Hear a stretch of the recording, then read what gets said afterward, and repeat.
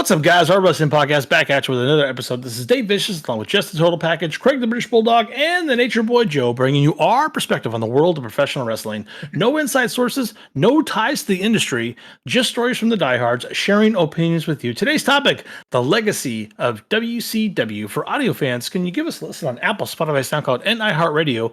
Or watch our videos on YouTube at Our Wrestling Channel, and check out exclusive content on Daily Motion at Our Wrestling Podcast. On social media, can you give us a follow on Instagram at O.W.P 2019 or on Facebook at Our Wrestling Podcast? Jess, I feel like we've done some WCW stuff before, but what we've done the legacy of Eric Bischoff, but I've never done the legacy of WCW. And the reason why I'm doing it this time is because on the date that we're going to release this episode on Vice, a Dwayne Johnson produced Who Killed WCW is going to air. I feel this poor horse has been beaten to death. I mean, well, beating a dead horse is already dead, apparently, if I had to really inspect that phrase. Yeah, they're going to do it again. We're going to apparently finally find out who killed WCW. So I want to be positive because everything's toxic in this world, right? Everybody likes negative stuff. Who killed WCW? The rise and fall of WCW or ECW. I want to do the legacy of WCW because, and I'm glad Joe actually came on this week because Joe is the one that turned me on to, at the time, we thought it was still Crockett Promotion, but it sold. Without Joe, there's a good chance the three of us wouldn't have watched it. Anyway, Joe turned me on to Crockett Promotion on the NWA, which was an alternative product. When I first met Joe, and Joe's like, "You like wrestling?" I was like, "I do too." And he's like, "What do you watch?" I'm like, "WWF." Joe's like, "I do too, but I also watch NWA." And that's why I was like, "Okay." So I went over to Joe's house, and he had cable, and I watched NWA with him, and I was blown away as a wrestling fan that there was an alternative to the WWF, because Vince at that point, when I started watching wrestling in late 87, early 88, I mean, we were 2 months away from the twin referee thing. Wrestling was on fire. Hogan was champion, captivated the world, and they were number one. It was like the brand Band-Aid or Skill Saw. It's like, oh, you watch wrestling? Oh, you mean like WWF? And that's the way it was.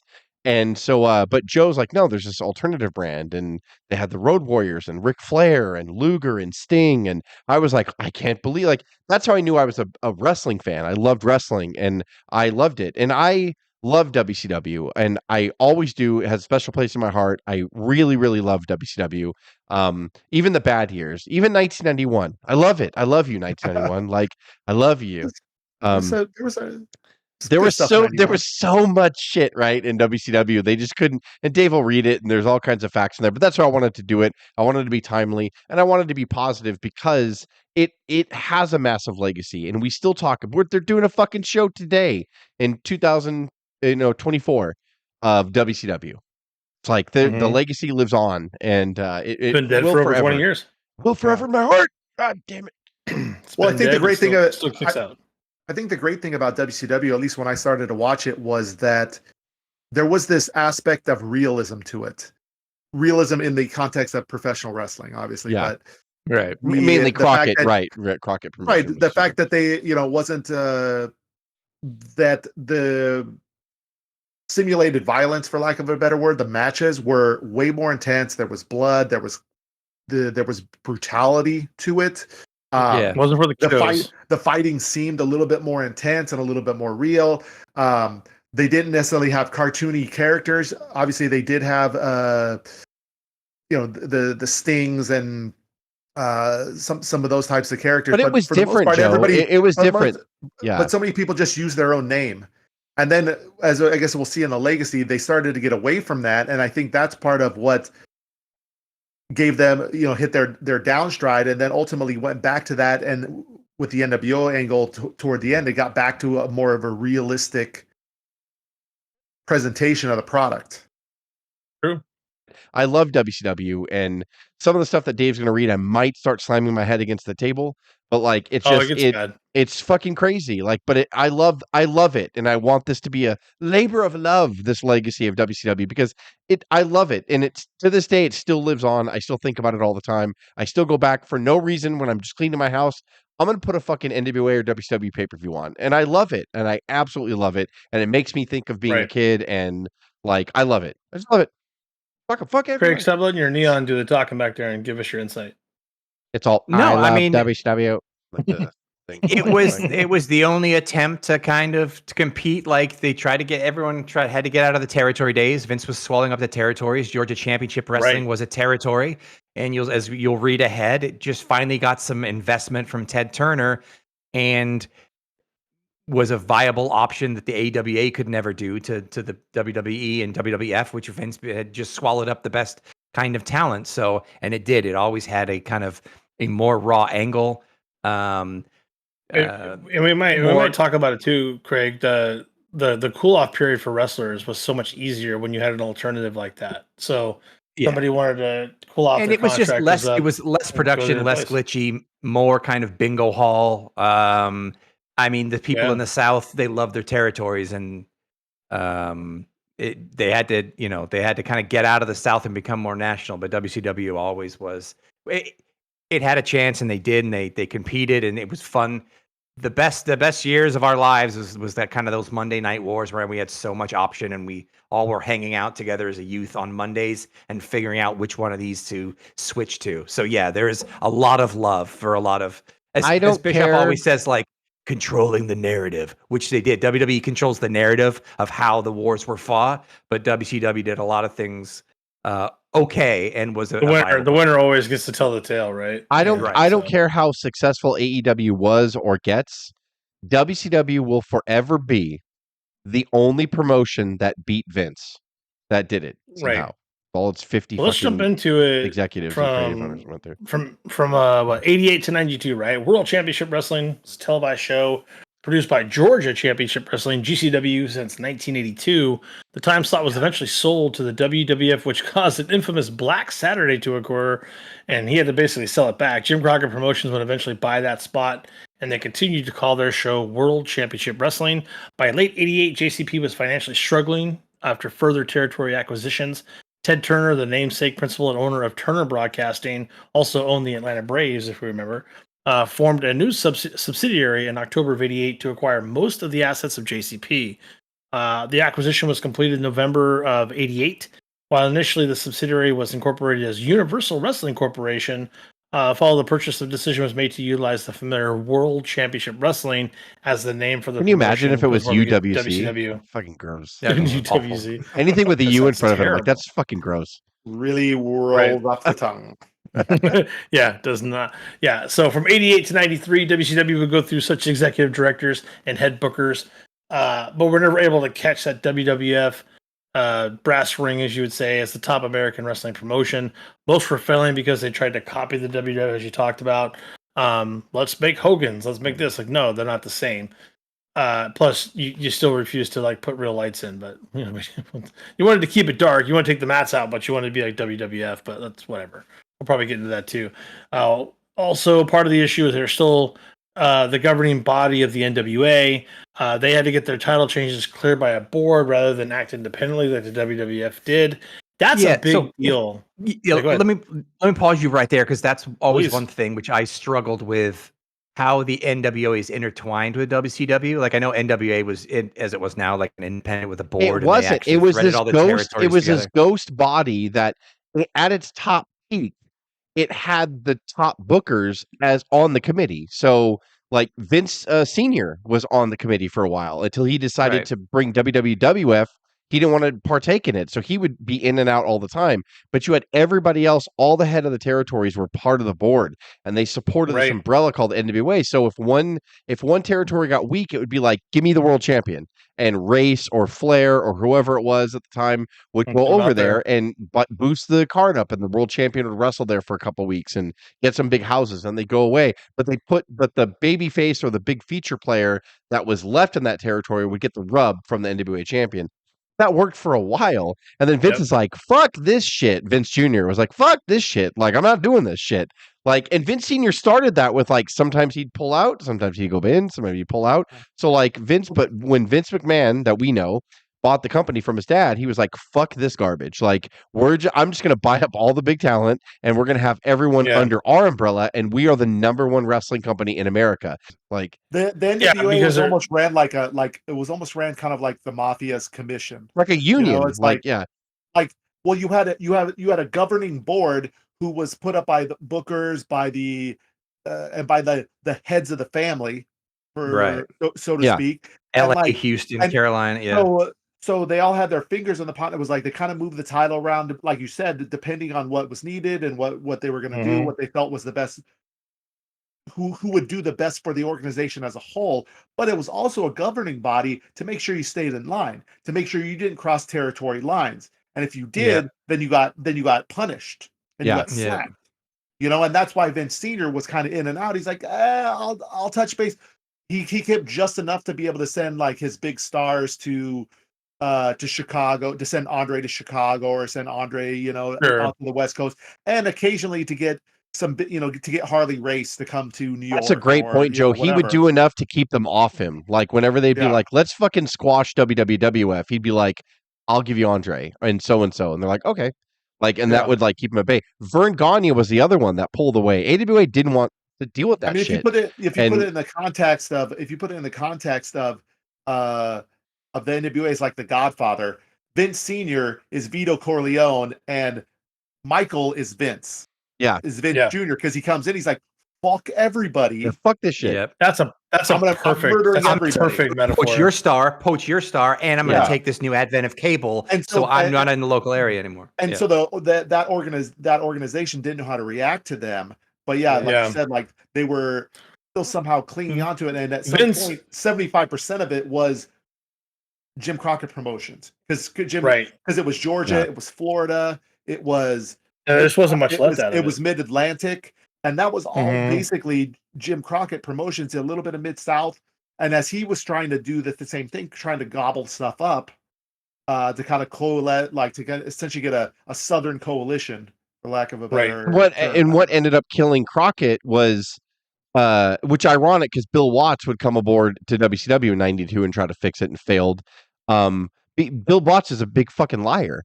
And like Bill Watts says, hey, buy the, he was Mid-South, and then he changed it to UWF, and he's like, hey, Crockett, buy the UWF, like, and he hid debt. So when they're already fucking spending tons of money trying to keep up with Vince, and Vince was fucking them up on pay-per-view because I don't want to get too much into that, but he created Survivor Series to fuck up Starrcade and then they were fighting back and forth, and they were airing free Clash of the Champions against WrestleMania. So while they were doing that, Bill Watts is like, well, buy the UWF. And then when they bought the UWF, he fucking duped them.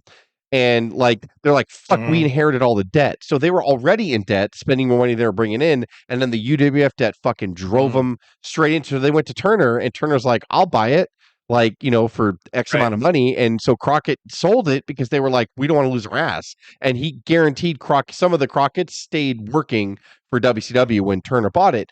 So it was just like this fucking, they didn't do anything right. Like Vince did everything right, and they were like, we're going to compete with Vince. Well, absolutely buy the UWF. And Bill Watts fucking had no fucking power, had fucking tons of debt. Like the oil industry dried up, and that killed UWF because of where it was based out of. When the oil fields dried up, the economy crashed. And so he somehow convinced Crockett to fucking buy this shit. I mean, we got Sting and we got all this. And then they convinced Turner to buy all of it. WWF got DiBiase from that, and Duggan and Gang, and WCW got Sting and Eddie Gilbert. Jim Crockett was still thinking in terms of the old school way of, I have to buy a territory to get those wrestlers or to get that territory. Where when in reality, he should have just gone and poached the fucking stars. They should have let Watts die. They should have let Watts die. Which is what Vince did. Let him die and then go pick up the pieces for pennies on the dollar. Yep. WCW and others, like they held on longer than they probably should have, but finally in '91, there was a behind the scenes dispute between WCW and NWA board of directors, and that resulted in WCW formally withdrawing from the NWA and becoming a standalone wrestling promotion. And they did try to repair the relationship in '92, but they separated for good after that. And everything became the WCW world titles. Everything had changed. And I yada past this. We talked about it before. In '91, fucking stupid WCW let Ric fucking Flair walk straight fucking out and go on to WWF television with the big gold belt. What the fuck are we doing? Like, not the 10 pounds of gold, the big gold belt, which is even worse because like nobody owned it. And I think was the same. My bad. Didn't somebody Craig maybe asked the question about the big gold belt or whatever before? That was an independently owned piece of jewelry. They had a guy just do it. Nobody owned it. Like WCW didn't own it. Crockett didn't own it. Flair technically owned it because he put his $10,000 deposit on it. Yeah, $10,000. I think it was more than that. But like, Really? It was I more? think Flair said it was, I think it was like closer to 25,000. yeah, we all thought it was 10, but Jeez. Flair later said no, it was more than that. It was like over double. And yeah, it's like, so nobody owned fucking physical belt that the NWA World Champion wore. That's how dead the NWA was and how much it didn't matter. Vince just took shit. Got it. Vince is like, what do you? Flair called me, said, I'm the world champion. The Herds let me go. And then Vince was like, so, okay, come on over. And he's like, by the way, I have the big gold belt. And Vince was like, bring it the fuck over. Like, what are we doing here? Because nobody owned it. So Vince's like, I don't care. And WCW just tied him up in legal, but Vince did what he needed to do to damage that fucking company at the time to be like, and then finally when WCW got serious about lawsuits, he's like, just fucking give it back. Just ship it the fuck over. Like, we don't care. We did the damage. Like, you showed up on our television with their fucking title. And they were so dumb, they didn't even try to capitalize on that. They just fucking got embarrassed and like went into a hole, and it's like, what the fuck is happening? They could easily like, said that belt doesn't mean shit, and we're gonna do this now. This is the WCW. I've said title. this a million times. That's go ahead, Craig. But Greg, looking back now, that's all that represents the NWA to me is that belt. Like, and that kind of wacky kind of logo and center stage or kind of stuff. But like, that's all that they had for iconography was that belt. That's so funny. They didn't even own it. All I said to him, I said, hey, write me a check. I'll fly to Columbus. I'm in Charlotte. I'll drop the belt to Barry Windham and we go. He said, fuck you. I'm sending Doug Dillinger over to pick up the belt. Well, Doug's a policeman in Charlotte, my friend. I said, good. Send him all you want. It's my belt. You got 40 grand in the bank in my name from the NWA title. I got this. You want it? Pay for it. And we're all good. They didn't they couldn't control it. And like, the Flair just walked out with it with no fear because he's like, I have 25 grand in this shit. So like, it's just, and what's funny is crazy. that belt was only a couple years old at that point too. Right. I think I think it got made in 86. Yes. Wow. Yes. I had no idea. Right. Yeah. That's incredible. Your knowledge, Joe, astounds me. I love it. Just that alone, just what we've covered. We're only 91. I want to slam my head in a car door. Like I over and over again. Like, well, it starts to get a little better. I know hindsight, but like even business people back in this day, it's like even people in the wrestling industry, I remember going, "How the fuck did this happen?" Like people were just like, "How the fuck did this happen? Like what is happening right now?" The short answer is being stuck on tradition, where someone is killing that tradition. Well, at the same time, like it is. While all that like stupidity is going on in the back room, they're actually putting out like really good product. Like they're getting the wrestling's great. We get Sting and Flair for the first time at the first Clash of Champions. We get the 3 matches with Flair and Steamboat, which were amazing. Luger was on fire. The Road Warriors were tearing shit up. Yep. You're starting to have the introduction of the like Steiners were there, right? The Steiners are starting to come up. You still had the Freebirds putting on Rock and Roll Midnight. matches. The tag team, the tag team division was on fire. Terry Funk pile driving Ric Flair on a non-gimmick table. Yeah. You had two guys, like the two enormous guys coming out of that would like have huge impact, and if they had used them correctly, it would have been cooler. Mark Callis, Cactus start to make his time up. You're right, Callis. Yeah, skyscrapers and shit. Yeah, I mean, I thought the Mulkeys Ice Train.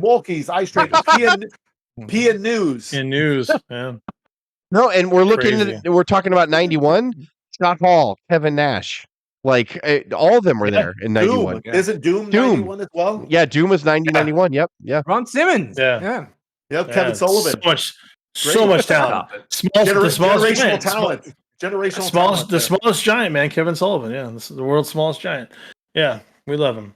Let's just jump into 93, 97. In February of 93, former commentator Eric Bischoff was appointed as executive producer of WCW, and by 1994, he had been promoted once again to senior vice president, a position which gave Bischoff both creative and financial control of WCW, and immediately stopped giving people free plane tickets, as Jess said earlier, and scripted.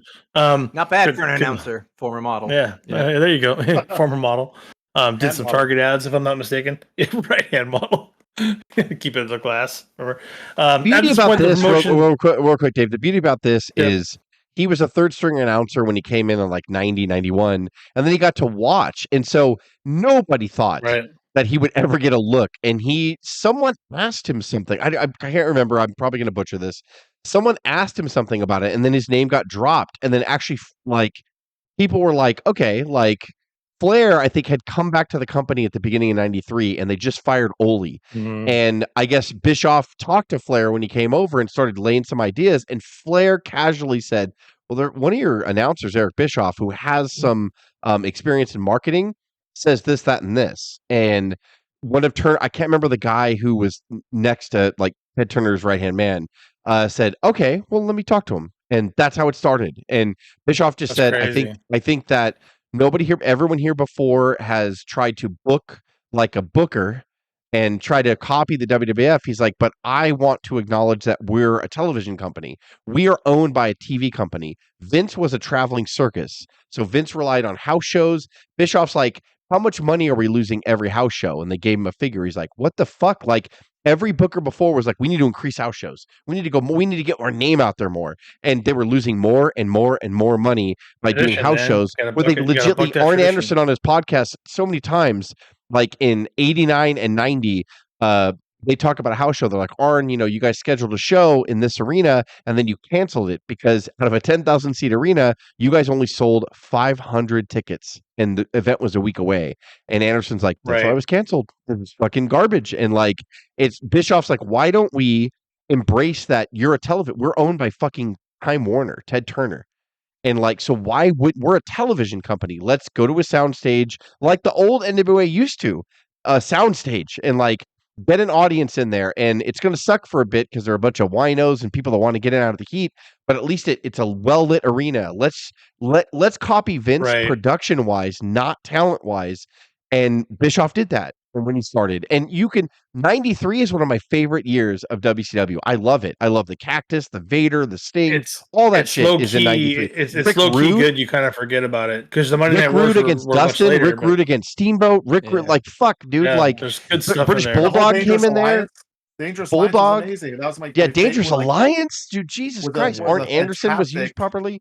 Like it's crazy to me. Austin. They were even somehow able to figure out how to use guys like.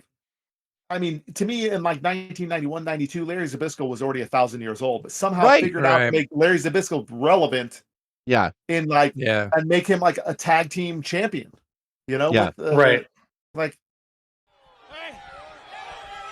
while America was at home sitting on their brains, Arn Anderson and Larry Zbyszko proved it don't matter how many muscles you have. It doesn't matter how many takedowns you learned at some jerkwater college. There's no more easy way you want these. You have to go through the enforcers. So there's these amazing like bright glimpses Wyndham? of like, brightness. They had Wyndham, yeah. You had such awesome talent, and then to kind of abandon and I feel like that's when they started to really kind of abandon their roots and kind of go for this cartoonish thing, and they started having these ridiculous characters like Big Josh. News. News, and not all of it was bad because initially when Too Cold Scorpio came out, I was like, who the fuck is this guy? And then all of a sudden you're like, okay, I kind of like him. That guy's awesome. That guy's kind of plus awesome. Too, when Jim Herd ran the company from like 89 on before he got fired, I know Jim Herd gets a lot of bad name, and he sucked. But at the same time, Jim Herd's big thing was like, we have to let all these big contracts expire. That's when Legion of Doom left and went to WWF. That's when he let Flair go, and he let a lot of the Rock and Roll Express go. He's like, fuck them, Midnight Express. He's like, we're dying anyway with them. All they're going to do is ask for more money to stay. So he's like, let them go. I'm not saying you should replace them with fucking Diamond Stud and PN News, and I'm not suggesting that. What I'm saying is like he had no choice. They had to start over in 91, and like that's the only thing I'll give Herd credit for was he didn't know what he was onto, but he knew like I gotta get away from these big talent. They want too much money. Right. Fuck the Road Warriors. Fuck Flair. Fuck like all of them. Like they and Luger was like, I'll stay. And, he kept staying in Luger because they were young. To counter, Bischoff just went into a radical form, wanted to get away from that Southern-based wrestling company that we talked about, wanted to turn the lights up, wanted to get better appeal in the realm of just appearance of what WCW was going to look like. And then he just killed house shows like you talked about. And let's do TV where it's profitable. Let's go to a venue that we don't have to pay for. I think they were in the Disney studios forever in Florida, right? They wrestled in the same place every week. And so what happened eventually too, the Southern accents on commentary comes off, and you begin to recruit top stars. That leads to Hulk Hogan coming in, Macho Man coming in, joining the WCW his ranks. philosophy on that was those let's copy names. Vince's production. Let's not make PN Newses and all that shit to copy. Let's buy his fucking characters. You want to talk about two different philosophies of Vince, who squeezed blood from the rock of every kind of wrestler that he could and paid them the lowest he could and kept them on the road and destroyed their bodies, etc. And what a monster, right? And then you have WCW, which actually went the entire other way. And when you see Hogan's contract, which was leaked, which was $250,000 a pay-per-view he would get, $100,000 every. So the amount of money that Hogan was getting on his first contract, which was just the beginning when Nash and Hall came in with guaranteed contracts with no incentive to actually work very hard. So you have worker friendly, and then you have Vince, and there's a middle ground somewhere, which we might be at in 2024, where everyone's being paid well and healthy and kept well. But you want to talk about the difference of those two philosophies of slave labor versus maybe the inmates are running the asylum kind of thing. That was you can WCW. Honestly say that this had to kill WCW for everything to be fair now. I think it was the perfect time to strike in '95. It was in that time frame. Strike. Yeah, 100%, and that led to Turner Greenline and the creation of Nitro. Right, the Mall of America, the first Nitros and that kind of stuff. If you go back and watch. If you go back and watch the first 6 months of Nitros, the first 6 months of Nitros were a fucking train wreck. They were a mess. It was just they weren't selling out buildings either, by the way. And it was just they were, Bischoff critiques AEW now for just cold matches. There's no storyline behind them. And I'd turn on Nitro and I'd see Saf fucking Boo on there. I'm where the fuck the Sabu's on Nitro? Wrestling Alex Wright. So Bischoff of all people, cold matches never work. I'm you based Nitro off cold matches to get people to talk, to be there's no storyline to it. Yeah, it's 100%. Ridiculous. That's why I'm Bischoff. But it worked. Back here in '95, it worked, and it had no right. Nitro had no right to be successful. No right at all. The first episode of on TNT, it was September 4th of '95, and that was in the Mall of America. Labor Day, by the way. It was Labor Day, and that was where we started the Monday Night Wars. Of 10,000 lakes, Minneapolis, Minnesota, the Mall of America, the only building big enough to hold the debut edition of WCW Monday Nitro. When I saw their first show, I was oof. Boy, this is real competition. Nitro and Raw would fiercely compete every single week for the Nielsen ratings, and they'll struggle between those promotions, each one attempting to produce the best television show possible, led to an explosion of popularity in professional wrestling in the U.S., and the hindsight is considered a golden era. I'd argue we're getting into a new golden era, but that's not what this particular episode is about. WCW Nitro proved success for the company, which was immediately able to create a television audience of an equivalent size to Raw. Between September of '95 and May of '96, Nitro and Raw regularly traded victories in the Nielsen ratings for the largest television audience. But in June of '96, Nitro would begin the infamous streak of 83 consecutive weeks of victories over Raw, initially sparked by the start of a new World Order NWO storyline. And this is where it gets to be a lot of fun. This is the kind of stuff that had you glued every single week. The start of the NWO angle was former talent Scott Hall, who was Razor Ramon in WWF, Kevin Nash, who was Diesel in WWF. They unexpectedly leave the WWF to come to Monday Nitro on consecutive episodes, but it looked like they were supposed to be still WWF wrestlers to fight a proxy war with them. This is huge.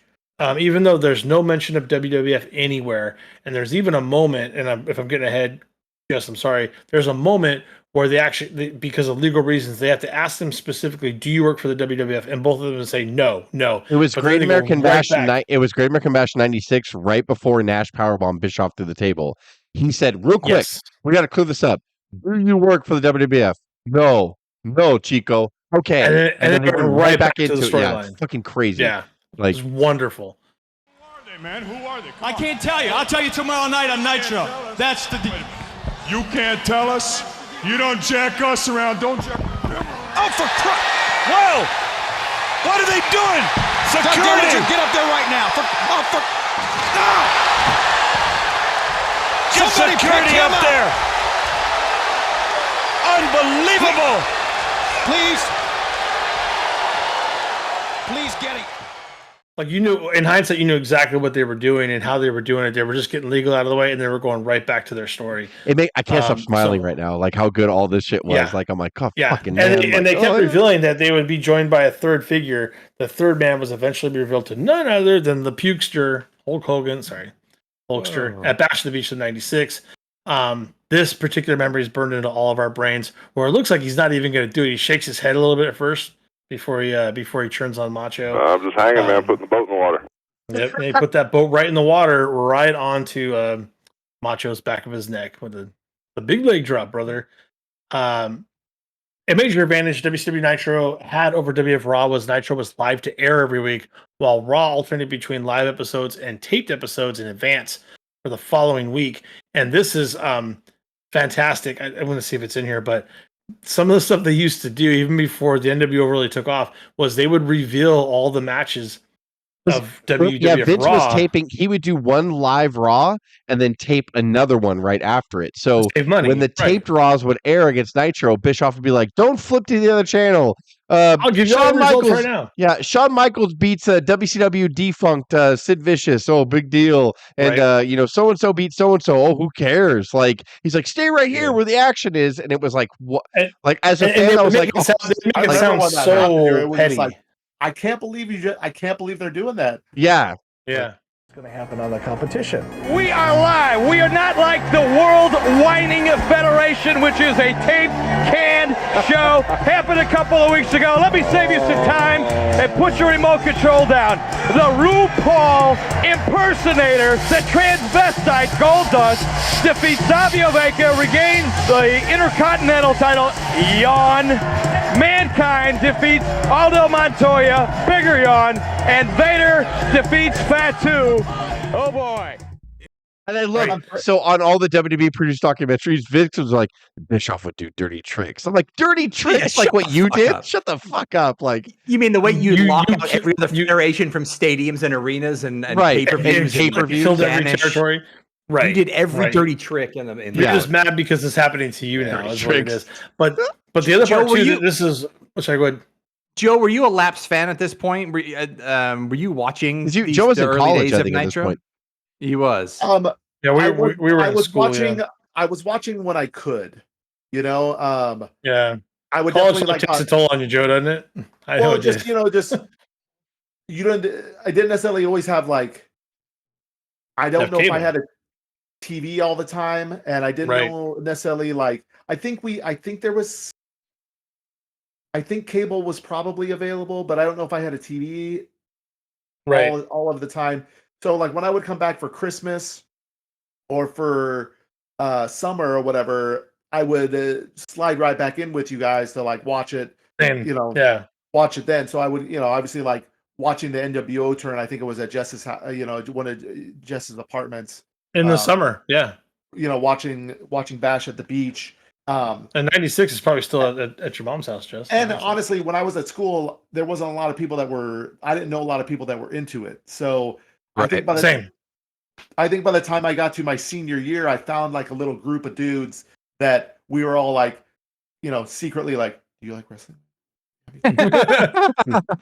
You want to?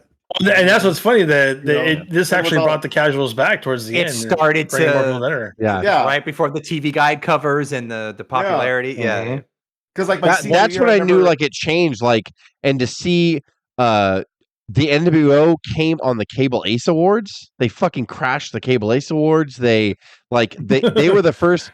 Hogan in his NWO shirt was on the cover of TV Guide, and it was like WCW in big fucking letters on there. And it was the first time that America got introduced to something not WWF. Ratings, bro. And it was breaking crazy. All sorts of rating records. Before Raw started doing anything, WCW was the first to break 4.0, which for a cable show, people were like, that had never happened. Wrestling 4 million viewers is unheard of. Made cable records. Like people were like 4 million people.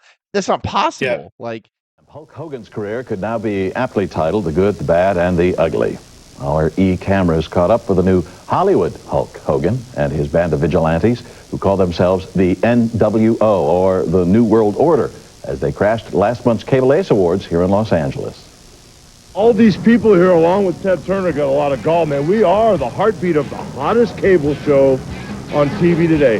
They call it WCW Monday Nitro, soon to be NWO. This is what people don't give him credit for. Like Bischoff. He's so fucking smart. Like Bischoff designed all of this. He, alongside Booker Kevin Sullivan, began grounding WCW characters into storylines more based in reality, utilizing real names and darker themes, contrast to more of the cartoon-like stuff, wrestling in the rock and 80s and stuff like that. One thing, I don't know if you have it here, Jess, but the one thing that I always remember that's based in reality and it never gets old and it's burned in most of our brains is when Kevin Nash threw Rey Mysterio like a fucking lawn dart into the TV trailer. Yes. And real cops came. People called the cops. Like, it was so real. Because they were down in the canyon on Disney Studios, and up was all these rich houses, and they saw commotion. They could see this happening. And they were like, what the fuck? There's a riot. They thought a gang riot was breaking out like, down below. And they called the cops. And obviously the NWO totally destroyed all the WCW guys, but the thing that always gets replayed is Mysterio just getting headfirst, like chucked this way into a fucking TV trailer. And it's a fascinating thing to watch. Go back and check that stuff out. You can see it on all the Monday Night War tapings, but that kind of real life television and people thinking it was that real, it just glued you to the set. I know we bash him and we should bash him, but Kevin Bischoff said it more than once. The first 6 months of the NWO storyline was all Kevin Sullivan. Hey, wait a minute! Everybody's left the ring here, and there's Rey Mysterio. Hey, he dove up. That's There's the cruiserweight champion, Rey Mysterio. Oh no! Oh, head first into the trailer in the back. He threw him like he was a dart. Another example so of this. different and so new and so I mean, it just like broke boundaries. Yeah, and another example of this shift in tone was seen in the transformation of top WCW star Sting over the course of '96, following that NWO angle as it matured and developed. His persona shifted from being colorful and cheerful and clean-cut babyface to a dark, depressed, brooding anti-hero inspired by the Crow. By the way, you talked about Kevin Sullivan and Scott Hall. I'm just going to wear this. I'm going to do that. Scott Hall doesn't get enough credit for his ability to talk about just creative and making things happen. And according to all the stuff that we've read and that we've seen, Scott Hall was the reason that the Crow character came to be. He's like, you should just be like the Crow, man. And like that movie, The Crow. And I don't know if he said it like that, but I just like to say that stuff. But he was also a big part of that transformation. So Scott Hall had a very creative mind. And obviously, if they're talking with Kevin Sullivan and they're having these kind of ideas brooding, I don't think he ever got enough credit for those things. He never really kind of brought up Sting to this day will say like Scott Hall created Crow. I didn't know what I was going to do. And I don't remember Scott Hall ever talking about it, quite frankly. I guess he called Sting in the locker room one day. He's like, why are you growing your hair out, man? And he was like, I don't know. Like, I want to change and they're going to do something different with my character. And he was like, well, why don't you just grow it long? And Sting was like, really? And he was like, yeah, like I'll grow it long. And like, have you ever seen The Crow, the movie? And Sting's like, no. So he watched it and he came back. He's like, okay. And he goes, you're going to wear a black trench coat. You're going to put a scorpion on the back and you're going to be quiet. You're going to be like a mime. And I didn't know it was working. It was that TV that I gave Sting the Crow gimmick. And we were in Macon and he was combing his hair and he was growing it out because, like dyeing it blonde was kind of frying it. So he was growing it out brown. And I didn't know Sting. And I'm slicking my hair back and he's putting his face paint on. I said, you growing your hair out, huh? And he goes, yeah. And I said, he's wearing the neon tights. I said, you still going to wear like the happy guy tights? He goes, yeah. And I just said happy guy tights. Well, I mean, it's like so neon-y. And I went like, did you ever see The Crow? And he went, no. And I said, it's like this dude. He's kind of a dark character, like dark and white face with the dripping things and a raincoat. And I said, I ain't telling you rip off Taker, but rip off Taker. And so he went and researched it, whatever, and pitched it to Bischoff, and they went with it. Right. This is another situation that really brought WCW to a higher level because most of the time until it got really, really bad where NWO was engulfing everything. Before that, there was this distinct division between the main NWO storyline and our awesome introduction of the Cruiserweight division, which saw intros of smaller, more agile, more athletic wrestlers The performing at cruiserweight division fast-paced, is so high-flying underrated. matches. Everybody talks about the NWO. The So cruiserweight division underrated. is such a crucial fucking part of getting people to flip the channels. You would so see crucial. Cruiserweight halfway through the first hour into the second hour usually, and then the NWO storylines would carry into the last hour, right? And you would see NWO in the very beginning, but the Cruiserweights would carry a lot of this stuff because these fantastic matches, and I don't think they're in here. Just listing a few. We were going to do a 96 pay-per-view that we're going to try to do a little watch along later, Jess, I know. But I mean, I saw Dean Malenko wrestle Rey Mysterio on a pay-per-view in 96. And the storyline's so wonderful, and the way they tell it, and seeing the comeback, and then seeing the heel victories. These were true, thought out storyline matches that carried major weight, can go a long way, and keep the fans entertained for longer than say 8 minutes of a match. And we get the Jerichos out of this, we get Benoit coming out of this, we get Eddie Guerrero coming out of this. There's so many people, the Malenkos, the Mysterios. It's just the list goes on and on and on of talent that ended up being major heavyweight champions in major WWE events down the line. And the Cruiserweight division was able to bring all that to fruition. So underrated. So incredibly underrated. We would always stay on WCW for the Cruiserweights. After they always had like the main segment, NWO segment first. And then after that, you'd always start with the Cruiserweight. And we wouldn't flip at that point because then you're competing against maybe like a Mabel or something on the WWE, WWF. That was the best. We would always stay on the TV. Stuff. First, best wrestling on TV, right, Joe? With this point too, where you have like the NWA storyline and you have the Cruiserweight divisions, you finally have what I always thought to be like the perfect blend of what the history of NWA was, with the kind of the Cruiserweights was like the NWA version, like realistic, hard-hitting, intense matches, and then the NWO was like the WWF influence.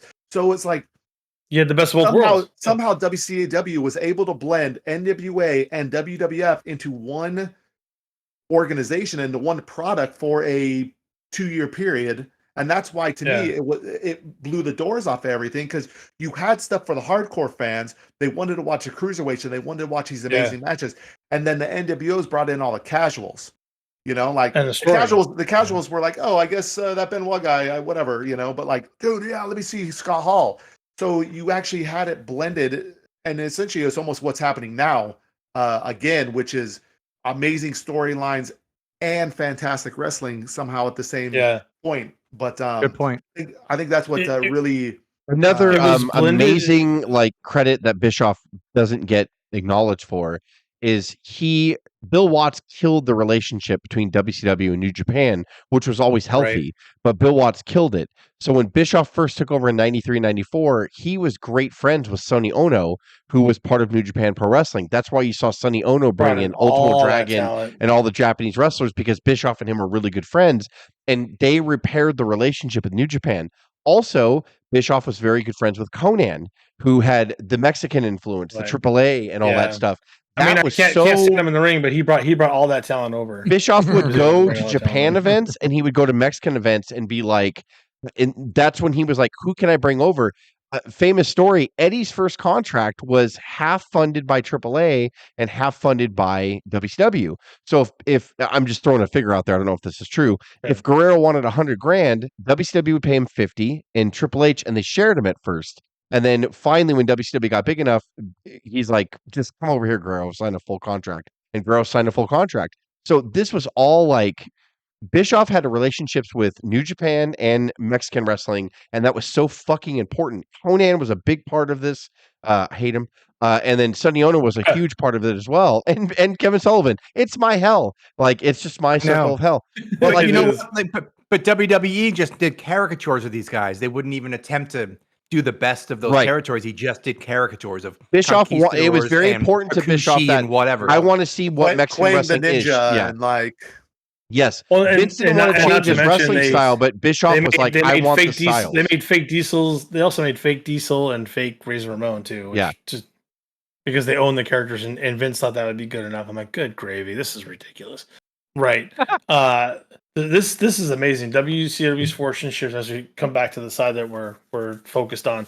They went from a struggling company financially as late as 95 to generating $55 million in profit in 1998. Maybe Hogan's contract was worth it then. Brother. At that point, the devil's paying his due at the moment. So at 97 Starrcade pay-per-view, the event became the highest grossing pay-per-view of all time for the company, thanks in large to that devil paying his due, Hulk Hogan, and he had a year and a half feud between Sting and him. Also, there's a fun little story here where Bischoff had a bet with one of the executives that they would never make $1 in profit. That was at the end. So at the beginning of 95, he went to the executive, and the executive said, this company's never turned a profit since we bought it. You'll never do it. Bischoff's like, I will make at least $1 profit by the end of 95. And if I don't remember what Bischoff said he would do, but if I do, he's like, you will walk up to me and apologize to me in front of they had a Christmas party every year, and you're going to give me the $1 and you're going to apologize to me. Yeah, to give him the $1. That's what it was. He said the guy not only did that, but he got down on his knees and gave Bischoff the $1 and said, I was wrong. And so in 1995, they made at least, I don't remember how much they made in 95, but they made at least $1. It wasn't a lot, but they which was the first time since Turner bought them that they ever turned a profit. They lost money in 88, 89, 90, 91, 92, like all the years. Yep. 96, 97 have been a banner years for WCW with profits and popularity soaring. 1998 saw profits continue to rise. However, maintaining the quality of the shows became difficult, particularly after WCW's owners, Time Warner, ordered the creation of a second live cable WCW program, Thunder, to air on Thursdays on TBS starting on January 8th of 1998. Did Thunder kill WCW? Maybe. Well, maybe Time Warner did it. If you talked to Bischoff, it was part of it. It was the merger with AOL that killed them, and he was like, he was told, you're doing Thunder. He didn't have a choice.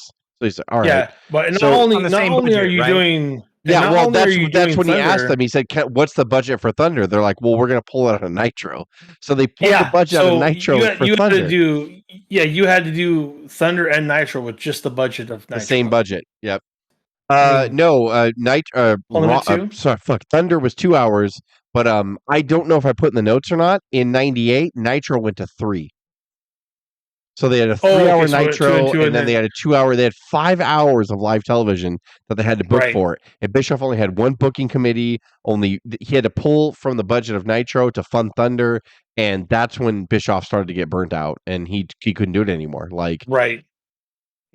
And also, people are in his ear saying, "Don't kill NWO." So this is interesting. So the creation of major headline babyfaces like Diamond Dallas Page, Goldberg was fantastic at this time, making the company initially less dependent on the NWO. However, in the spring of 98, WCW began an angle which saw the NWO split into rival factions, the heel NWO, turn around Hulk Hogan, and the face NWO, which was like Nash, Sting, Luger, and Conan. This is the problem. When Sting was supposed to finally face Hogan, in my mind, and you guys can correct me if I'm wrong, Sting was supposed to go over, didn't go over. That was supposed to be the end of the story. You're supposed to start something new and fresh. And I felt like that was supposed to be the end of the NWO. They were supposed to split them. That's what I'm saying. So either he's getting too much in his ear. We got to keep it going because it's so popular. Don't stop it. Or they're too scared to move on because it's doing so well, and they got stuck in their rut. So eventually, you're getting watered down NWO. Everybody's in the NWO of some faction at this point, right? And it's like everybody's an NWO person. I can't even keep up. They switch from week to week. This person went to this side. This person went to that side. And it just got there's no long-term direction. And Bischoff talks about that in 2023. The angle was rushed and had no long-term direction for it. But Hogan got in his ear and said he didn't want to lose the Sting. So many issues, right? With that Nash NWO story. politicking in the back. Right. And then many critics began to argue that WCW was now completely over-reliant on that storyline and they couldn't pivot, right? And then beginning summer of 98, Bischoff was claimed that Time Warner management began to increasingly micromanage WCW and meddle in the presentation. Executives at Time Warner began to increasingly advocate that WCW should pivot to more family-friendly orientation and drop the reforms that churned the company's fortune. So let's stop doing everything that made us successful. Let's give you no budget for a second show and continue those awesome ratings. We want to change everything. We're going to give you no budget for another show, but we want you to do all this stuff and still be awesome. You can do it, right? It's just, dude, so many people with so much money just get in their own way sometimes. It's fascinating to me. They bitch all those years. You never profited. They're finally profiting, and now they're like, we're going to fuck with it. We're going to meddle. But it was it was a merger. Wild. And I don't know if I put this in the notes either, but Turner lost his power. So Ted Turner was not Bischoff's biggest advocate anymore. So Bischoff had to answer to a board and a CEO and all that Everything stuff. And changed. He was like, I was not about it. It just fucked with me so bad. I think, by the way, the AOL Time Warner Major is one of the biggest failures in corporate history. So it's like, if it was AOL people or whatever, it just didn't. Yeah. And keep in mind, I was defensive. I was sitting there with a bunch of people I didn't fucking know. And I didn't pay attention to their titles. I didn't care who they were. These people who knew nothing about my business, who knew nothing about how I got to be number one, who knew nothing about the audience, are now telling me how to run my business. And I left that meeting and I went home and I told my wife, I said, I'm going to quit. I'm going to turn in my resignation. This is fucked up. And all this, by the way, is a result of the AOL Time Warner merger. Oops. Because they micromanage Trash. Right. Yeah. That's one way to not do a merger. Okay. Concurrently, WCW beginning to struggle under the weight of its own momentum. The WWF began to turn it around. They were caught flat-footed by the total reconfiguration of WCW with Nitro in 96 and 97, but 98, man, they were just building a ton of momentum, taking most of the innovations that WCW had implemented, the real gritty Jerry Springer stuff, like real life television. That's where the Attitude Era began to set in, building around emerging stars like Stone Cold Steve Austin, The Rock, as well as Vince McMahon actually becoming a major character himself. Who doesn't want to punch their boss in the face? We talked about it so many times, right? Thanks, Brett. Yeah, right. And Brett actually did it. Yeah, that's so funny. I love that.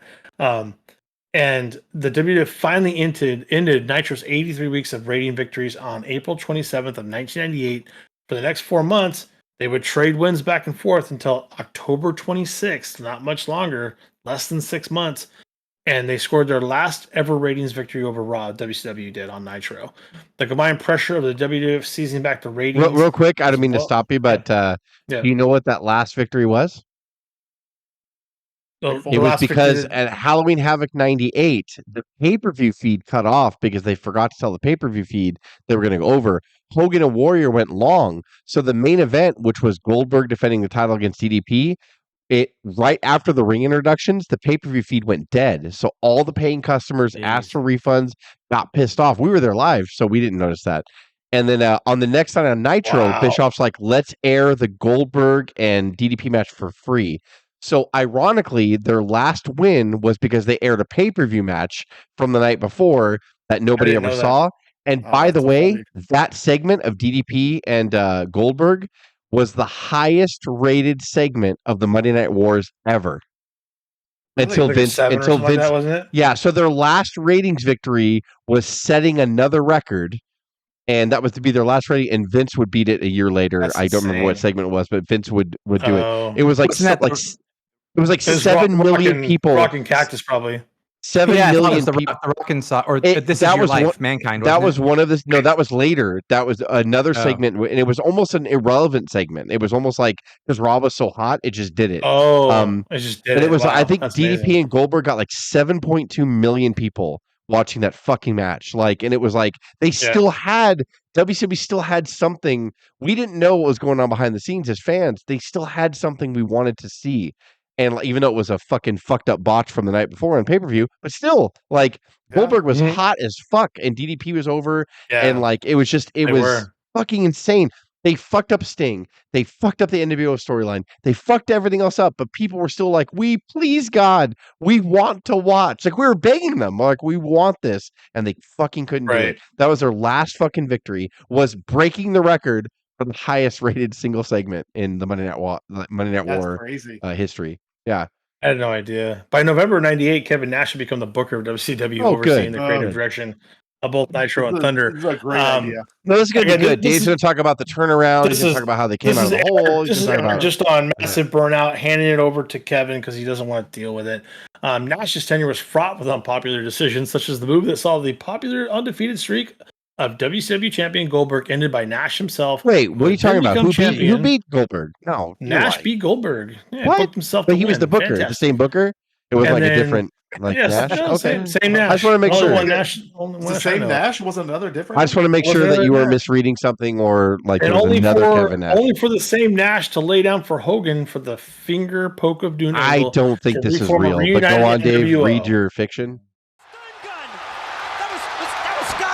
Scott Hall, you could hear it clicking. It was like a cattle prodder, a stun gun. Kevin Nash never saw that, and he jabbed it in the midsection of Goldberg. Oh no! Wait a minute. He jackknife powerbomb. Could this be it? 1, 2, 3. The streak is over, and we have a new world champion. The streak is over. 173-1, and a new world champion. Kevin Nash is crowned world's heavyweight champion. Sounds like a fever It's dream. all true. By September of 99, the rapidly declining ratings of Nitro, now half of Raw, drastic drop off in revenue, and the increasing antagonism between Bischoff. Actually, I don't know this. Sorry to interrupt, Dave, but someone in the documentary of Who Killed WCW had something to say about that finger poke of doom. That's fucking bullshit. Yeah, so was. I think we all said that. Like we're like, what the f is this? It's so bad. But all the beef in the back with Bischoff and Time Warner, Harvey Schiller actually relieved Bischoff of his position, so Bischoff's gone now in September of '99. Almost immediately, Schiller found a duo to replace Bischoff. Former head writers of Raw, Vince Russo. I'm going to be honest with you guys right now. Dave's going to start reading this. I might just leave. So if my square goes away and then you guys go, really bad. I don't know if I can do this. I don't know.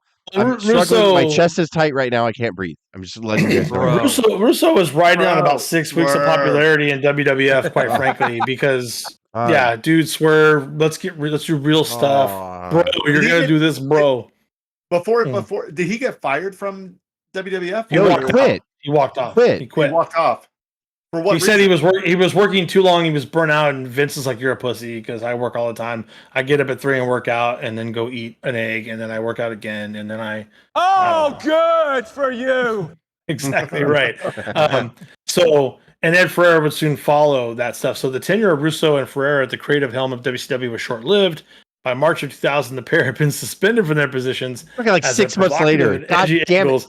Caused constant protests from Time Warner here. So, so you thought you didn't like what Bischoff was doing. Yeah. I can't AOL and Time Warner do it. AOL and Time Warner finally emerged in January 2000, and according to Bischoff and Russo, their eagerness to tone down WCW had only grown more intense because of this. God damn it. Mounting frustrations against the talent resulted in many leaving WCW for the jump. The Giant went, Chris Jericho went. They were the first talent to jump, and they were followed by so many others. Chris Benoit, who was their world champion at the time in WCW, Dean Malenko, Eddie Guerrero, Perry Saturn, all these cruiserweights that are on top of the world, which was your real like foundation of great wrestling, just started to leave. And this was known as the Revolution. All collectively walked out of WCW and over to the WWF in January of 2000, an incident which resulted in the number of firings amongst WCW management, with shakeups to the management there becoming more and more frequent. The WCW talent began to lose any sense of leadership or direction, which in turn caused them to, form bickering political cliques amongst themselves. Because what else are you going to do? You're going to form an alliance, right? By April of 2000, the wheels are falling off. WCW attempted to resolve. Dave, let's pause right there. Did you have something to say about the last couple of months? No, he went. Yeah, no. Let me, and I need to be super clear on this. Please listen. Okay. Yeah. All right. I can't do it. I can't. Like this fall, it's so bad. So frustrating. This fall is like it should be studied. Like this, it should be studied. Like this fall happened from spring of '99, and then it went like it didn't go like this. It went like it just fucking like it was insane. Wow. Like as wrestling fans, we were like, "What the fuck happened? Like what is going on right now?" Like it was. I've never. I'm done. I can't talk. Like I don't know what to do anymore. Like I don't. This is so frustrating. We just have to get through it because I love it so much. I love WCW so much, and like it was so. What the fuck? And it did something that nobody else could ever do. We talk about it all the time. Here's what's interesting. After all this meddling against all these executives and a shitty merger and hiring the wrong people and making it worse, what does AOL Time Warner do? They grovel back, ask Bischoff to take over and help and work alongside Russo. It was not cohesive, and it was And that's really even shaped over the worse. direction I of the company. gotta go, guys. I gotta go. Very, very hard to get a 5-star match. Yeah, especially there. And this is awesome right here. You're gonna love this. In the year All right. 2000, Well, I'm out. there was numerous attempts to get publicity stunts to gain traction and bring stars in that are outside of wrestling, and they made actor David Arquette, who had no professional wrestling experience at the time, the WCW World Champion. Do you not want me to do this podcast anymore, or are you just like, what are you doing? You just pushed more fans away from WCW. What's really interesting, just side note, David Arquette loves wrestling so much is that he's still doing it today. He does a fantastic job on the independent circuits. And you should watch that documentary. It was not Arquette's fault. It was not his fault. It was not his fault. It was not his That's a shitty fault. opinion. It's the most bullshit opinion I've ever heard. Yeah. Well, no, that's not true, Tony. He loved the business. Like he did love was the trying to business. do the best. Even he said that you shouldn't put this on me. He was kind of reluctant to do it, but he did it. They were having the match, and Vince Russo concluded the meeting, and Vince and I was just sitting there writing some stuff, looking at him, and he said, "So what do you think of the show?" I went, "It's okay." He said, "Is there anything we should do different?" I said, "No, I think it's good." And I said, there is something you may want to consider. And he looks at me and we stare at each other. He says, "So you think you're trying to tell me that maybe we should put Arquette over?" I went, "Well, it certainly would give us a lot of exposure." And he said, that's a pretty good idea. So that's kind of how it happened. Okay. But yeah, but he's like, by the way, all the money that he got paid from WCW, he donated to charity. True story. Oh, really? See? So, because he was such a big wrestling fan, he donated all of his money. Anything that WCW paid him for the being on television and all that stuff, he donated to charity. Right. In 2000, several potential. Yeah, that's the only good thing. Yeah, right. He right. should have in 2000, several potential buyers for WCW were rumored to show interest in the company. Ted Turner did not hold any influence over Time Warner before the final merge of AOL and Time Warner, and most offers were rejected.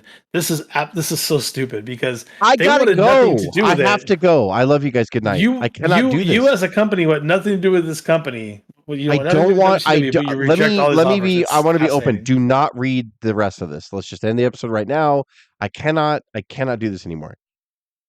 Okay. Read on. Not 1 minute. Not please, 1 minute. Please read on. Eric Bischoff, working with Fusient Media Ventures, made a bid to acquire the company in January of 2001. One of the primary backers of the. No, they sure didn't. WCW deal backed out.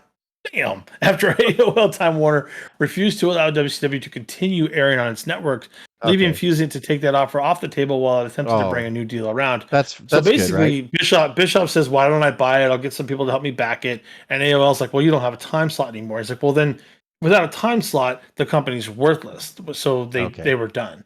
But they said you're right, and then they gave him a TV slot, right? And Bischoff out No, they didn't. Jamie Kellner was handed control over TBS division and deemed WCW, along with Turner Sports as a whole, to be out of line with its image, saying that it would not be favorable enough to get the right advertisers to buy airtime, even though Thunder was the highest rated show on TBS at the time. There was no, even in their poorest it was days still of a rated show on TBS. That's crazy. And they're like, we can't get anybody to pay for airtime on this for commercials. Like, they just didn't like it. I've talked about this so many times on Unscripted.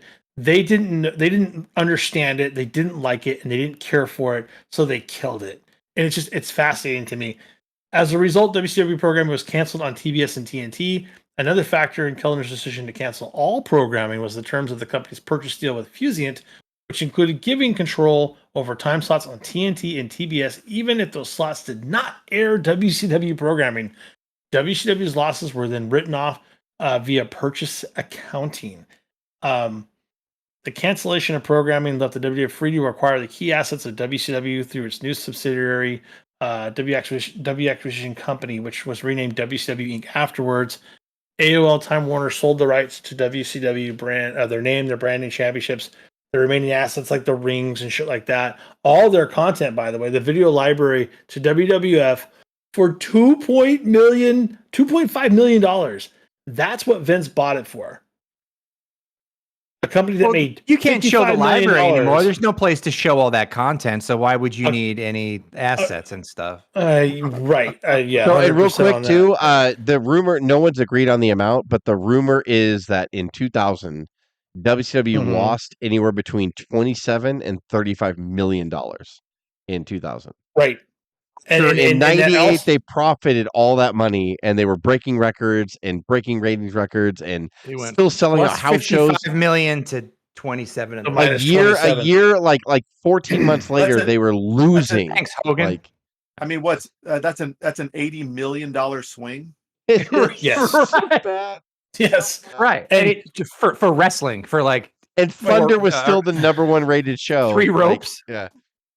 In a ring. There's just too many hands in the cookie jar, and the inability to try something new. There's so many things that cause problems here, but so apparently. And by the way, the factors in there. So Raw obviously was the number one cable show in USA on Mondays. Sure. Nitro was probably still number 2, even though it was a distant number 2. Nitro was probably still number 2 with like 2.83 million viewers. Sure. Raw was just doing 6. You know what I mean? Like it's crazy. And it's it's fascinating to me that that they just didn't rein it back, get smaller arenas, get it back to a station every week, and just even if it goes down to 1 million viewers, you're still going to make money. But it's just fascinating that all these corporate executives just had no idea. They didn't know what to do with it. They weren't. It's absolutely amazing that like a TV organization would actively go out and say, "What's our highest rated show? Yeah, let's cancel that. Let's kill it. Yeah. We don't like how it. Does that make it? How does that make any sense? Like, I don't know. You know, it's like I'm sure there was a lot of garbage on there's a lot of garbage on cable. I don't know what half of it is. Nobody knows what the fuck Honey Boo Boo was or this. You know, it's why like can't and Joe, why can't you just restructure it? If it's losing money, just restructure it to smaller venues or whatever, right? It's like I don't get it. Does it make I guess if it's not making money, but like it's still the highest rated show, that means like there's got to be advertising. There's an audience. There's you can squeeze that rock to get out some blood.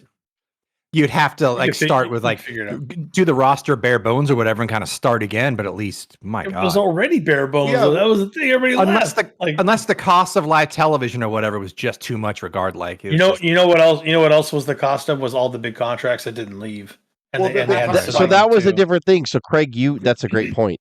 And Bischoff always said from the beginning, there was no networks weren't throwing millions like they are now at WWE. That's true. The big thing with because they were owned by the company that owned TBS and TNT, they just paid shit for free. So it was like WCW didn't have to pay anything for Nitro or Thunder. Well, I mean, they pulled the budget out, but I mean, like they couldn't go over a certain amount, but all that was covered by TNT and TBS and Turner. Like, so they weren't given like now we're looking at USA giving, fucking millions upon millions of dollars to get SmackDown on there, and Fox giving $1 billion to SmackDown a few years ago. Like that wasn't the thing back then. Bischoff was at the start of that. Like, we're seeing it $3 or $4 billion. So it's a crazy amount of money for Netflix in 2025, right? Right. So if Bischoff would have bought the company, it would have failed anyway, because then he would have had to have. There was no TBS wasn't giving them money, so Bischoff would have had to have relied on the sales, the ad sales for the show, and like to Dave's point, cut shit back and go to a sound studio and do all that stuff. WCW would have died. I think he was willing to do. He was willing to do that. He would have died. It would have died anyway. And Bischoff's homerism for Hogan and all them would have killed him, because he would have paid them millions to come over, and he would have fucking died anyway. So it doesn't matter. WCW would have died, despite what Bischoff said. He's like, "Oh, we're gonna do this." I was like, "You would have died anyway. You were done creatively. You would have died. Like you had no storyline. You had nothing. You would have died." They actually put promotional posters out, and it was an all black poster, and it was a faint new WCW logo, and it said The Big Bang. And so that was going to be the first pay-per-view of WCW, was The Big Bang, like the creation of the Earth and like the new promotion. And so he was putting money into it, and then that's when that's when AOL was like, "Well, you have no TV slot here." And Bischoff, the company, the Fruent or whatever, was like, there's no, it's dead. It's gone. It's over. Like, I don't know why Bischoff wouldn't have been like, I want the library. I don't know why he wouldn't have done that. I think he told Conrad, like, I regret not buying the library. I should have. But he was so burnt out and so pissed that, like, it ended the way it did. He's like, well, fuck it then. We're just going to walk away. That. Yeah. He didn't see that long-term goal where Vince is like, I can get all that shit for 2.5. That's chump change. Well, Dave, you're going to read on. It ended up being a little bit more, but I think the total amount that Vince paid in legal fees and all that was like 4.3 million. That's still 2 million for the sale, and then he paid additional 1.8 to cover cost of AOL Time It's Warner. Still nothing. It's nothing. He bought it for nothing. Like, fuck, I think some of it was in like trades. Like, he paid that price, but it wasn't straight cash. It was like guaranteed buys of like ad buys and things. Oh my god! So it was like so he wow. paid for something. He paid for something he was going to pay for anyways, but he just built that into the price of the buy of the. And by the way, the first ever DVD that they put out after the library was the Rise and Fall of WCW, and they made like 2.8 million on the sales. He paid for over half of his fucking acquisition with the first DVD release of WCW. Before the network was even established. It makes no sense. It doesn't make any sense. It's fucking crazy. It's absolutely insane. And then when you go to the network now and you can get every WCW pay-per-view known to man. They wanted to stop the bleeding. So like if they lost $27 million in a year, but they were only, and although Thunder was the highest rated show on TBS, if it was still only 100,000 more viewers than like a Seinfeld rerun, then that's when the decision was made. Like, okay, we're losing 100,000 viewers, but we're losing $30 million. Cut it now, and we'll just do 2.5 Men reruns on that time slot. And I kind of get that. That's what it is. Yeah, it's like. But imagine if you're able to keep those viewers and cut everything back to scale and have like an NWA type studio of today and still carry those viewers. But I don't think they had any faith in it because they didn't understand it. It was so mismanaged. It's like we've been through so many iterations of trying to save it, whatever. I did this whole episode with, let's be positive. Let's call it the Legacy WCW. And then we're ending it on the fucking, it's just the worst. It doesn't end on a good note. It just doesn't end on a good note. Right. Fuck. Fuck. I mean, it's dead. But you know what? To try to pull the nose up or whatever, it does. It still influences wrestlers today. Dave is going to read on too about TNA making their, go ahead, Dave.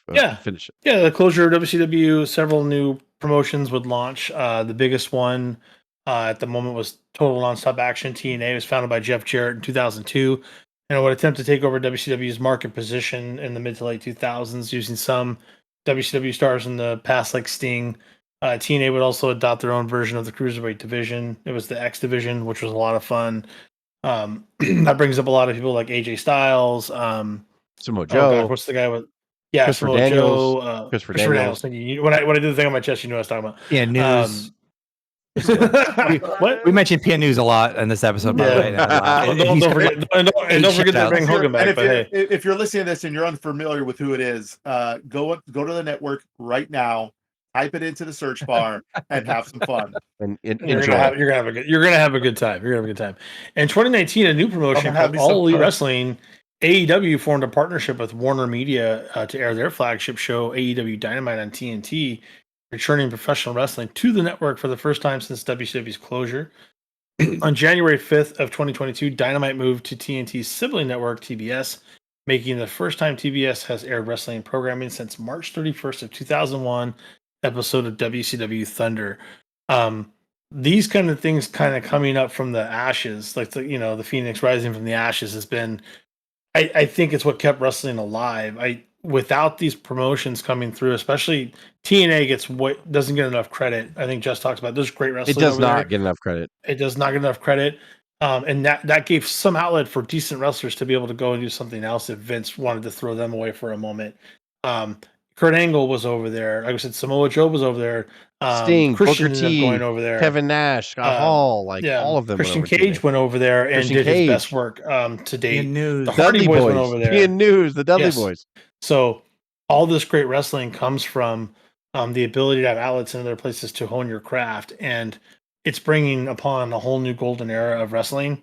That and the fact that someone is no longer in charge also helps, and we're seeing better creative than we've ever seen because people feel safe. And and they feel like they have the ability to negotiate and go to other places, and no one's mad, no one's upset. It's just business now. No one's gonna try to. Are you saying that they've created a safe space, Dave? That they're an area where there's no triggers? Yeah, I feel like there's. I mean, bunch of candy asses. Some of them get triggered quite easily. We talk about some of the stuff in AEW, but I would tell you that it's probably been some of the best. What did MJF say last week? He's like, for you. He's like, I don't need a New Japan, and I don't need a Vince McMahon. Yeah, I love that. Yeah. Look, I don't care. This is a labor of love. I love this episode. I could tell you at the end of the recording that it's everything I wanted. I have avoided this episode for 85 years. It's hard. It's because hard to talk about. I am emotional. I wanted to just leave like many times because I can't. I love WCW so much, and it's such a confusing. What the fuck? Like kind of just scenario. Yeah. It's just so. It's like how could it be that way? How could it be so brilliant and so dysfunctional at the same time? Like how did it I think it goes back to the Bloodline storyline. Like it was one storyline. I'm not saying it wouldn't have been successful if it didn't have the NWO storyline and it had the cruiserweights. Fresh was the way to go. It's fresh. That's what you had to be in the mid 90s, and Bischoff proved that. But the NWO storyline was like the thing that just fucking catapulted it like to heights that no one had ever been or ever will be against the WWE. And like it's crazy. And now the Bloodline storyline is the same thing. It's storylines. Vince was right the entire time. It's like wrestling's always been storylines. And like you can arrange it different ways and all that stuff, but like in the end, yes, WCW had a lot of other good things going for it from like 95 to like 98, 99. But the number one thing was the fucking NWO storyline. And it's so weird like to look back on it and go, fuck it. Vince was right the entire time. And he got beat by his own fucking strategy of Bischoff doing stuff on television. Instead of buying out territories, Bischoff was reading the results, was undercutting him on commercial breaks. He bought old but popular talent and did so. And Bischoff got smarter with television deals. And then Vince nowadays, WWE gets offered billions with a B from television contracts and fucking it's amazing. Like it's amazing. And Bischoff finally figured it out. If we're going to compete with them, we have to understand that we're owned by a TV company. Why don't we just be a television show?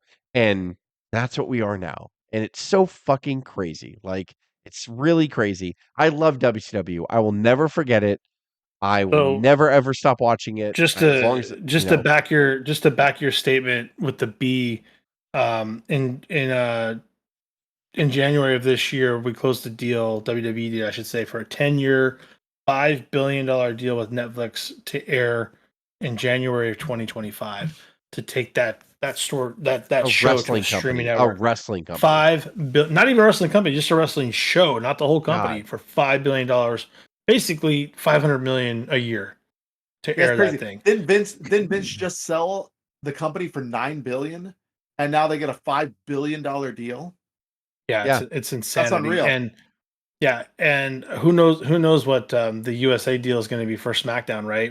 Because that's going to be next year as well. And is that what's happening? So Raw's going to Netflix and SmackDown is going to USA? Yes.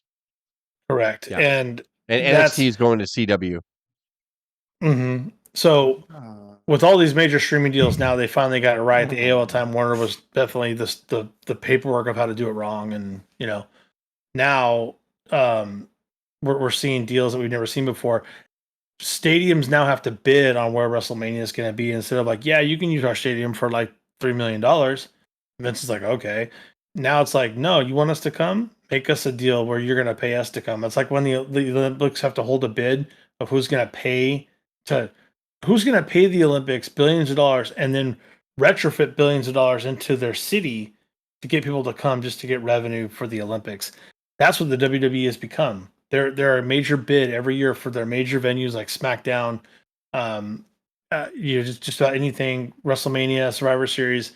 They have to, those stadiums and those cities have to come to them and say, please come, we'll pay you this much money. That's how popular it's gotten. And it wouldn't have happened without this war, honestly, and without these companies kind of, hoarding them through after the aftermath, and it's basically having to rebuild everything after you destroyed and decimated everything. It's like two countries going to war, and then now you're in the rebuild session. That's what 01 to like 2012 was like. I hope. I know that we're gonna all watch the Vice show and like all that stuff. I want their legacy to be like. Then they start everything Dave just said, somehow formulated from WCW stepping up and challenging Vince. Right. And making him rethink things and making him refresh things. And Bischoff was a big part of that. And yeah, he made a shitload of bad decisions toward the end. Bischoff did too. But he also was the only guy that beat Vince. The only guy. And he happened to helm WCW at this point. I miss WCW. I've said it a billion times. I will always watch it as long as I can have it available. It will never leave my watch list or whatever. I'll go put it on now when we get done recording. I love it. I love it. I love it. Joe introduced me to it ultimately in the beginning. I love it. I absolutely love it. And because I love competition and I love keeping WWE honest, which was the promotion that got me into wrestling to begin with. So it's like it all circles around. And like I think a lot of the stuff that Bischoff did, Vince figured out and then made it even better. They went public and then they started offering their shit for millions to networks. And now we're talking fucking billions on 3 different streaming platforms and or networks. 3, like NXT, SmackDown, Raw. It's insane. It's insane. But thank you, WCW. I miss you. Please bring the NWO back. I'm just kidding. Don't bring the NWO back. Don't do any of it.